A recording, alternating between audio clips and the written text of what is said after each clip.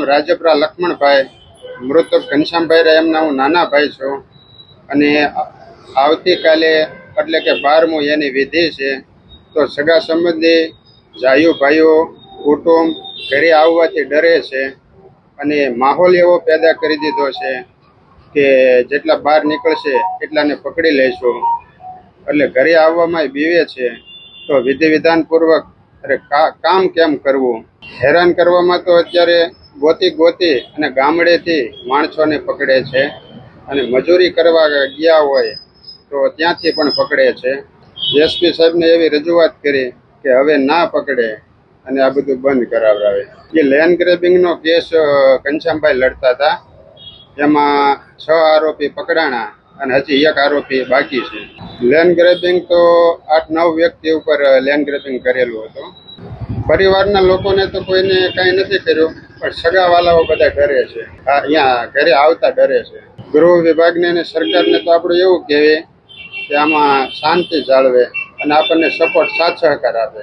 ગુજરાત કોળી ઠાકોર સેના અધ્યક્ષ જયેશ ઠાકોર, અમારી રજૂઆત એ છે કે વિછિયામાં જે અત્યારે જે બનાવ થયો છે, જેમાં પથ્થરમારાની અત્યારે વાતો કરે છે, જે પથ્થરમારો હકીકતની અંદર બીજા લોકોએ પથ્થરમારો કરેલો છે, કોઈ કોળી સમાજ પથ્થરમારો થયેલો નથી. પછી પોલીસે જે અત્યારે કાર્યવાહી કરી છે કે જે લોકો હતા નહીં, જે લોકો ઘરે હતા, જે લોકો મજૂરીએ જ હતા, એ લોકોને પકડી અને અત્યારે પૂરવામાં આવે છે અને એની ઉપર કાયદેસર કાર્યવાહી કરે છે. અત્યારે એસપી સાહેબને મુલાકાત કરી અમારી રજૂઆત એવી હતી કે ભાઈ જે બનાવ થયો છે ત્યાંના પોલીસ સ્ટેશનના સીસીટીવી ફૂટેજ કાઢે. એ ફૂટેજની અંદર હકીકતમાં કોને એટેક કર્યો છે, કોણ વ્યક્તિ છે, એની તટસ્થ કાર્યવાહી થાય, એની ઉપર સજા કરવામાં આવે. બાકી કોઈ જે નિર્દોષ વ્યક્તિઓ છે એને ન પકડવામાં આવે. અને આજે જે બનાવ જે ઘનશ્યામભાઈ જેના પરિવાર સાથે જે આજે એની બેસણું છે, તો તેના બેસણામાં કોઈ વ્યક્તિ ત્યાં ઘરે આવી નથી શકતા. પોલીસનું ત્યાં એટલો અત્યારે ત્રાસ છે કે પબ્લિક જે પણ અહીંયા જોવે છે એને પકડીને અંદર નાખે છે. જે મુકેશ રાજપરા અને નવનીત સોલંકીભાઈ જે આગેવાન છે કોળી સમાજના, એને તો આ જે બનાવ થયો એની 2 કલાક પહેલા તો એની અટકાયત કરી દીધી હતી. જ્યારે બનાવ થયો અને જ્યારે પકડવામાં આવ્યા છે જે 84 લોકો, તેમાંથી 7 જણા તો કોળી સમાજના છે જ નહીં, એ અલગ કાસ્ટના છે. જે એફઆઈની અંદર જે 7 જણા નામે છે, જેમાંથી 1 અને 2 જે વ્યક્તિ કે જે સમાજના છે, જે આરોપીના સગા ભાણિયા છે અને બાકીના બીજા છે એ એના મિત્ર છે.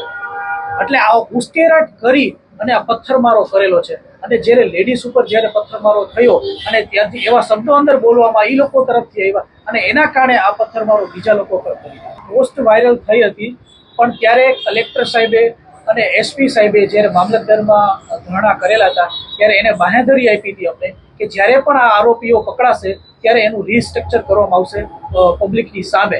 એટલે લોકોને એવું હતું કે ચલો એ જે સરઘસ કાઢવામાં આવે તો એ સરઘસ જોવા જઈએ.